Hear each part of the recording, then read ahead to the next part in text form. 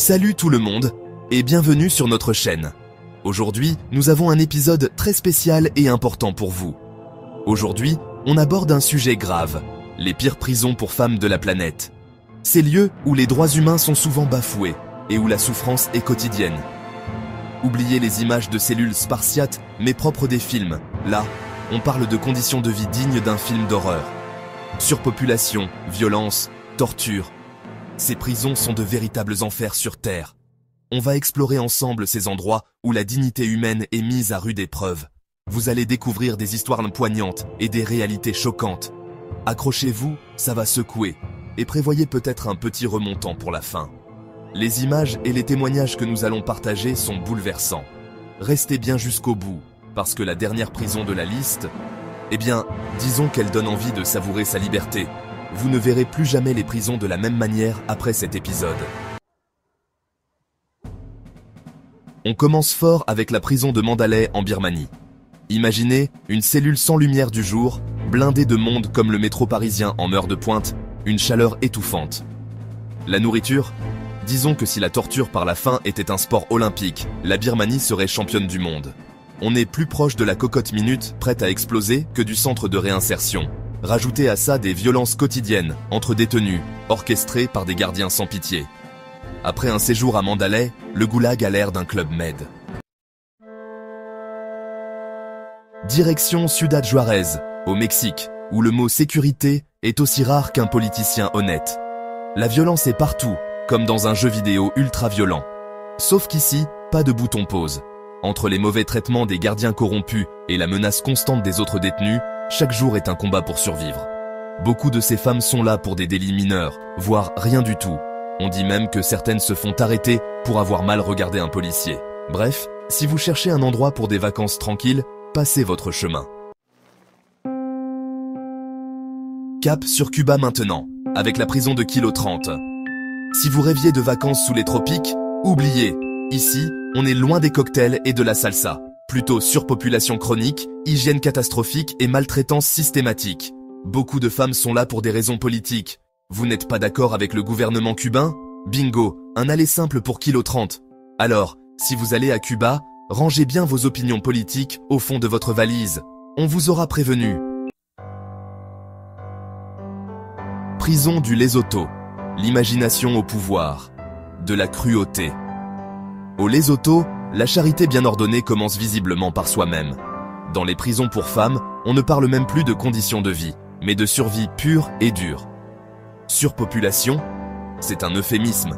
Absence totale de soins, un grand classique. Violence endémique, évidemment.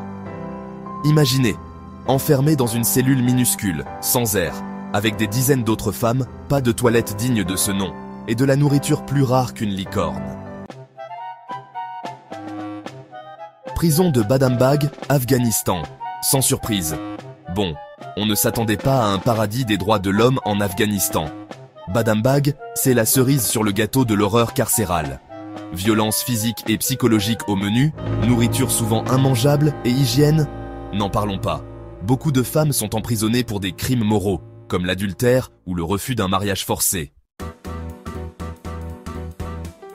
Prison de la santé, France, liberté, égalité, insalubrité, un nom qui évoque la liberté et l'égalité, mais qui cache une réalité bien plus sombre. Ah, la France, pays des droits de l'homme, du bon vin et de la prison de la santé. Un lieu où les idéaux de la Révolution française semblent bien loin. En plein Paris, la ville lumière abrite un établissement pénitentiaire qui fait honte à la devise nationale.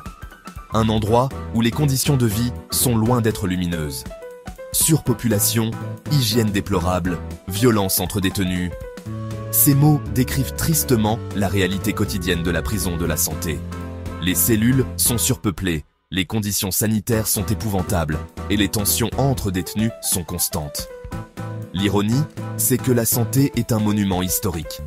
Un bâtiment qui a vu passer des siècles d'histoire, mais qui n'a pas su évoluer avec le temps pour offrir des conditions de vie dignes. On dirait que la France a préféré préserver les pierres, plutôt que la dignité des femmes enfermées à l'intérieur. Les murs de la santé racontent une histoire de négligence et d'abandon. Alors, La prochaine fois que vous mangerez un croissant devant la Tour Eiffel, pensez à ces femmes oubliées dans les entrailles de la santé.